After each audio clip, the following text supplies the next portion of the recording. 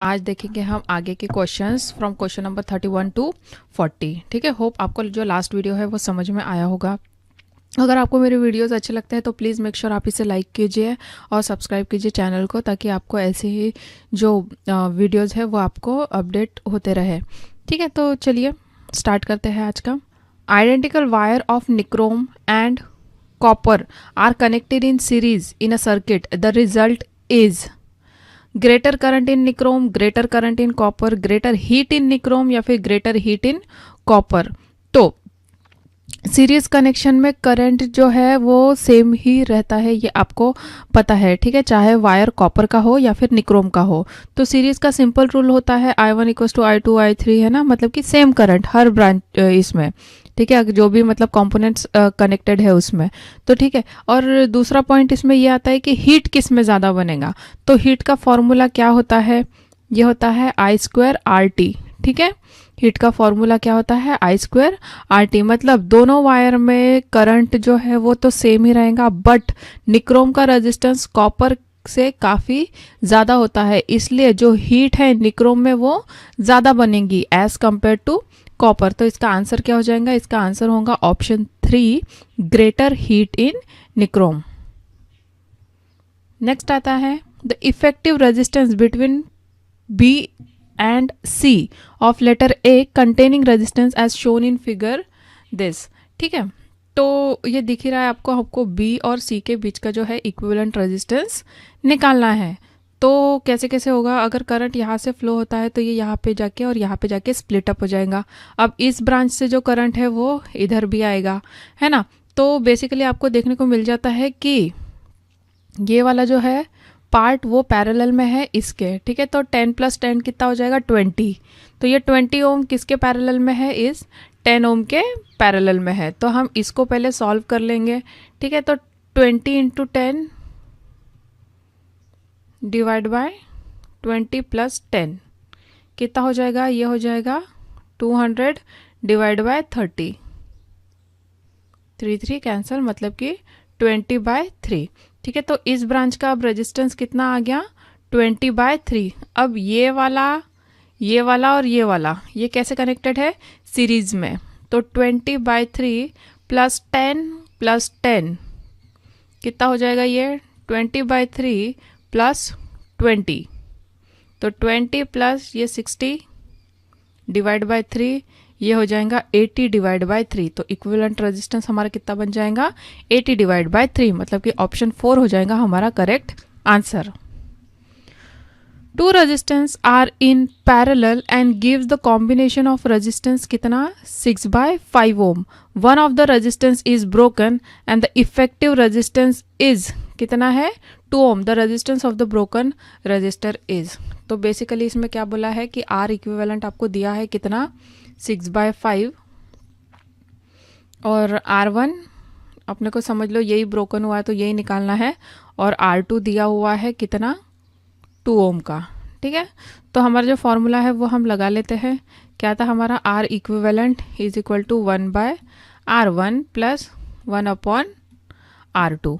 ठीक है, तो R इक्विवेलेंट हमको दिया है, कितना दिया है इसने, 6/5। तो मतलब यहाँ पे आ जाएगा 5/6 इक्वल्स टू 1/R1 ही हमको निकालना है, 1/R2 कितना दिया है, 2।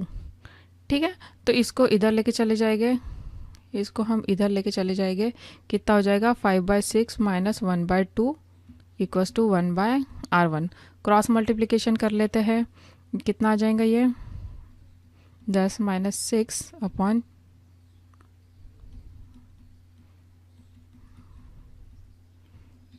4 डिवाइड बाय 6 × 2, ये आ जाएगा 2 × 2 = 4, और R1 हमारा कितना रहेगा, 6/2 दैट इज 3। ठीक है, तो आंसर हमारा कितना हो जाएगा, ऑप्शन 3, 3 ओम्स। नेक्स्ट है, in the circuit shown in figure the final voltage across the capacitor C is. ठीक है, तो ये जो वोल्टेज है ये हमको इसके अक्रॉस का जो वोल्टेज है वो हमको इसमें निकालना है। तो सबसे पहले तो जो स्टेडी स्टेट कंडीशन होता है कैपेसिटर का, तो उसमें जो है कैपेसिटर कैसे एक्ट करता है, ये एक्ट करता है एज अ ओपन सर्किट, है ना। जब ये फुल्ली चार्ज हो जाता है तो ये कैसा एक्ट करता है, ये एक्ट करता है एज अ ओपन सर्किट, जिसका मतलब क्या है कि ये जो R3 है इसमें से कोई भी करंट फ्लो नहीं होगा।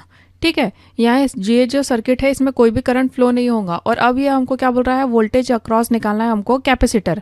तो ये जो वोल्टेज अक्रॉस रहेगा R2, वही हमारा होगा वोल्टेज अक्रॉस कैपेसिटर, है ना। ये कैसे है, पैरेलल में है ना ये R2 की ब्रांच। तो VC इज इक्वल टू क्या हो जाएगा, VC इज इक्वल टू हो जाएगा VR, ठीक है, वोल्टेज अक्रॉस ये R2। अब ये वाला सर्किट है, इस सर्किट में एक आपको वोल्टेज सोर्स दिख रहा है, ठीक है, जिसका पॉजिटिव टर्मिनल R1 को है और एक दिख रहा है R2। मतलब कि ये जो सर्किट है ये कैसा है, ये है सीरीज में। तो आप करंट निकाल सकते हो by Ohm's law, V is equal to I R. तो हम करंट निकाल लेंगे V डिवाइड बाय यहाँ पे टोटल रेजिस्टेंस कितना है, इक्विवेलेंट R1 प्लस R2, ठीक है। तो ये हो गया हमारा करंट। अब हम यहाँ पे सिंपल वोल्टेज डिवाइडर रूल लगा सकते हैं। हमको वोल्टेज निकालना है अक्रॉस R2, तो क्या हो जाएगा, टोटल वोल्टेज, है ना, वोल्टेज अक्रॉस निकालना है हमको R2, तो क्या होगा, टोटल वोल्टेज जिसके अक्रॉस हमको निकालना है वो डिवाइड बाय इक्विवेलेंट रेजिस्टेंस, मतलब कि R1 प्लस R2। और यही जो हमारा वोल्टेज अक्रॉस R2 है वही हमारा वोल्टेज अक्रॉस दिस कैपेसिटर भी है। तो इसका आंसर कितना हो जाएगा, ये हो जाएगा V into R2 divide by R1 plus R2। तो मतलब कि option 2 will be the correct answer.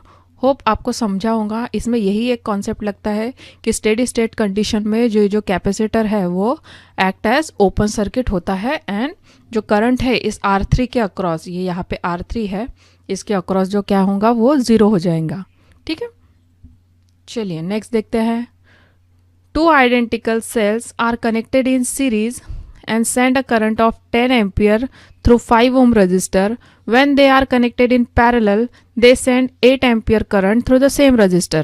The internal resistance of each cell is, ठीक है, आपको एक्सटर्नल रेजिस्टेंस दिया हुआ है कितना, 5 ओम। ईच सेल, हर सेल का EMF कितना दिया है, E, ठीक है, और ईच सेल का इंटरनल रेजिस्टेंस भी कितना है, वो है R, ठीक है। तो सबसे पहला कंडीशन लेते हैं, हम सेल्स को अरेंज करते हैं सीरीज में, ठीक है। जब आप सीरीज में सेल को अरेंज करेंगे तो ये जो EMF है ये कितना हो जाएगा, ये 2E हो जाएगा, राइट। और जो इंटरनल रेजिस्टेंस है वो भी 2R हो जाएगा। तो इस पे से आपका करंट कैसा निकलेगा, I series is equal to 2E divide by जो रेजिस्टेंस है आपका एक्सटर्नल रेजिस्टेंस वो कितना है, 5 प्लस 2R, ठीक है। तो अब हमको इस कंडीशन में करंट कितना मिल रहा था, हमको मिल रहा था 10 एम्पियर। तो करंट की जगह हम 10 एम्पियर पुट कर देते हैं, ठीक है। ये यहाँ से हमारा एक इक्वेशन बन जाएगा, क्या बनेगा ये, 2E equals to 50 plus 20R, ठीक है। इसको चाहे तो और भी सॉल्व कर सकते हैं, E is equal to 25 plus 10R, ठीक है, इसको हम 1 दे देते हैं। नेक्स्ट जो कंडीशन है उसमें क्या बोल रहा है, ये पैरेलल में जब सेल कनेक्टेड होता है तो पैरेलल में जब सेल कनेक्टेड होता है तो EMF तो E ही रहेगा, है ना। इंटरनल रेजिस्टेंस क्या हो जाएगा, R/2। सेम हम फॉर्मूला लगा देंगे पैरेलल के लिए, प्लस R/2।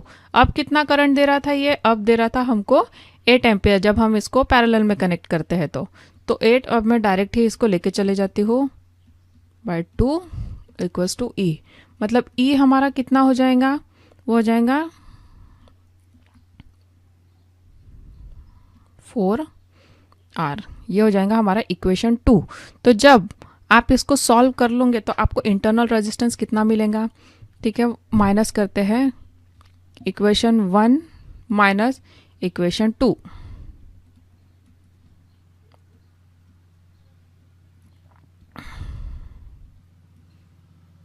ये कैंसिल हो गया, ये कितना हो जाएगा, -15 प्लस 6R, मतलब R is equal to 15 divide by 6 दूनी 12 35। ठीक है, मतलब कि 2.5 ओम्स का जो है हमारा इंटरनल रेजिस्टेंस इसमें निकल जाएगा, मतलब कि option 1 will be the correct answer. Next है, in figure they shows the current in the part of the circuit, electric circuit, the current is. ठीक है, तो टोटल करंट ही आपको निकालना है। बहुत अच्छा क्वेश्चन है ये। देखो 2 एम्पियर यहाँ से आ रहा है, let me change the colour, colour change करेंगे तो शायद ज़्यादा अच्छे से समझेगा। ठीक है, 2 एम्पियर का यहाँ से निकल रहा है, यहाँ से निकल रहा है, यहाँ पे दोनों भी मिल जाएंगे, मतलब कि यहाँ पे कितना बहेगा 4 एम्पियर का करंट। ठीक है, ये टोटल करंट कितना आ गया 4 एम्पियर। अब इस 4 एम्पियर को आप तोड़ो, ठीक है, एक में बट रहा है 1 एम्पियर का। ठीक है, तो यहाँ पे कितना जाएगा, यहाँ पे जाएगा 3 एम्पियर। अब 3 एम्पियर में से भी कट रहा है ये, 3 एम्पियर में से कितना 1.3 इधर जा रहा है, तो बचा कितना, तो 3 एम्पियर को आप माइनस कर दो 1.3 एम्पियर से, कितना हो जाएगा ये 1.7। ठीक है, तो 1.7 ampere will be the correct answer. ठीक है, बस जैसे जैसे जा रहा है वैसे वैसे ही आपको जो है इसमें एडिशन सब्ट्रैक्शन करने हैं और आपका जो करेक्ट आंसर है वो आपको इजीली मिल जाएगा। नेक्स्ट है, figure shows the part of close circuit, what is the potential difference point A and B. ठीक है, इस टाइप के जो क्वेश्चंस है वो काफ़ी आते हैं, इस टाइप के जो क्वेश्चंस है वो काफ़ी आते हैं, तो आपको बहुत मतलब इजी भी होता है ये। इसके लिए जो है कुछ आपको जो रूल्स है वो ध्यान में रहने चाहिए। सबसे पहले तो पोटेंशियल राइज के लिए अगर बैटरी आपको ऐसी दी है, मतलब कि ये नेगेटिव टर्मिनल और ये पॉजिटिव, मतलब ये नेगेटिव से पॉजिटिव पोटेंशियल कैसे इसमें बढ़ रहा है ना, है ना, नेगेटिव से पॉजिटिव की तरफ जा रहा है, तो यहाँ पे हम साइन कैसे लेंगे, पॉजिटिव। ठीक है, नेगेटिव प्लेट से अगर पॉजिटिव की तरफ जा रहा है तो ये साइन होगा हमारा पॉजिटिव। सेम अगर पॉजिटिव से नेगेटिव की तरफ, मतलब यहाँ पे कैसा हो रहा है, पोटेंशियल ड्रॉप हो रहा है, तो ये हो जाएगा नेगेटिव। और जितने भी रेजिस्टेंस है वहाँ पे क्या होता है, ड्रॉप, और ड्रॉप को हम लेते हैं माइनस में। ठीक है, तो ये जो है डायग्राम, इसमें आपको क्या निकालना है, potential difference between point A and B. ठीक है, मतलब कि समझ लो ये है VA और ये है VB, ये कुछ ऐसा रहेगा। ठीक है, VA एंड VB, और यहीं पे जो है अभी आपको लगाने का है KVL। ठीक है, तो चलो हम स्टार्ट करते हैं। VA है ना, ये नेगेटिव से स्टार्ट हो रहा है। ठीक है, नेगेटिव से स्टार्ट होकर ये पॉजिटिव पे जाएगा, इसलिए हम ये नेगेटिव से स्टार्ट हो रहा है, इसलिए इसको हम पॉजिटिव ले लेंगे VA।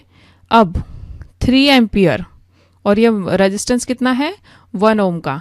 अब मैंने बताया रेजिस्टेंस मतलब ड्रॉप के अक्रॉस आपको क्या लेना है, माइनस 3 इंटू 1। अब ये कैसे जा रहा है, negative to positive, negative to positive के लिए हमको क्या लेना है, प्लस 3 वोल्ट। फिर आ गया ये रेजिस्टेंस -3 इंटू 6। अब ये VB किससे कनेक्टेड है, ये देखो VB कौन सा टर्मिनल हो गया, ये वाला है ना, मतलब पॉजिटिव से नेगेटिव, तो ये आ जाएगा VB इक्वल्स टू 0। चलो VA के टर्म्स VA एंड VB ही हमको निकालना है, बाकी के जितने भी है सब इधर चले जाएंगे। तो ये -3 इंटू 1 क्या हो जाएगा, +3, ये +3 है तो -3, और ये -3 इंटू 16, -3 इंटू 6 कितना हो जाएगा, छिकम चौबारा थे 18 प्लस 18, तो ये 3 तो कैंसिल हो गया, तो VA माइनस VB कितना आ गया 18 वोल्ट। तो ये हो जाएगा हमारा करेक्ट आंसर। नेक्स्ट है, figure shows the part of the closed electrical circuit, then V1 minus V2 क्या होगा। ठीक है, V1 माइनस V2 मतलब कि यही है ये VA माइनस VB। ठीक है, यही हो गया हमारा, ये हो जाएगा हमारा VA and this is VB। ठीक है, वही फॉर्मूला हम यूज़ करेंगे, जो वही जो रूल्स हमने पहले के इसमें लिए थे। तो VA से चलो स्टार्ट करते हैं हम। VA नेगेटिव से है तो ठीक है, माइनस IR ड्रॉप है तो नेगेटिव में ही आएगा ये 2 इंटू 3। अब ये क्या है, पोटेंशियल ड्रॉप हो रहा है मतलब कि माइनस है ना, -2 एंड अगेन ये आ गया ड्रॉप यहाँ पे, तो करंट कितना है 2 इंटू 1 है ना, यही वाला करंट तो फ्लो होगा ना इस ब्रांच से, तो ये कितना हो जाएगा -2 into 1 minus V B equals to 0, V A minus V B equals to, ये उधर चला जाएगा तो ये कितना हो जाएगा +6, ये -2 इधर जाएगा तो +2 एंड ये -2 भी उधर जाएगा तो +2, तो ये कितना आ जाएगा 6 2 8 8 + 2 10, तो ये आ जाएगा हमारा 10 वोल्ट, मतलब कि option 2 will be the correct answer.